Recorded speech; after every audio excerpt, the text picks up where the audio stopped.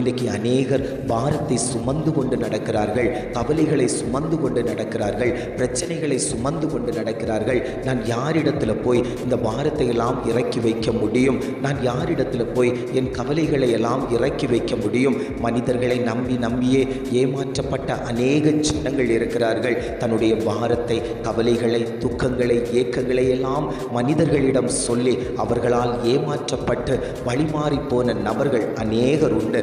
ஆண்டவர் சொல்லுகிறார், நான் உங்களை ஆதரிக்கிறவராய் இருக்கிறதுனால நீங்கள் என்னிடத்தில் வந்து உங்கள் பாரத்தை இறக்கி வையுங்கள். அது உங்களுக்கு லகுவாய் இருக்கும், அது உங்களுக்கு லேசாய் இருக்கும். நான் உங்களுக்கு அதை மாற்றி தருவதற்கு சர்வ வல்லமை உள்ள தேவனாய் இருக்கிறேன் என்று ஆவியானவர் குடும்பத்தை பார்த்து அவர் பேசிக்கொண்டிருக்கிறார். அன்பு தேவ பிள்ளைகளே, ஆண்டவர் உங்களோடு கூட நடப்பதற்கு, உங்களோடு கூட பேசுவதற்கு, உங்களோடு கூட உரையாடுவதற்கு அவர் ஆவல் கொண்டவராய் இருக்கிறார்.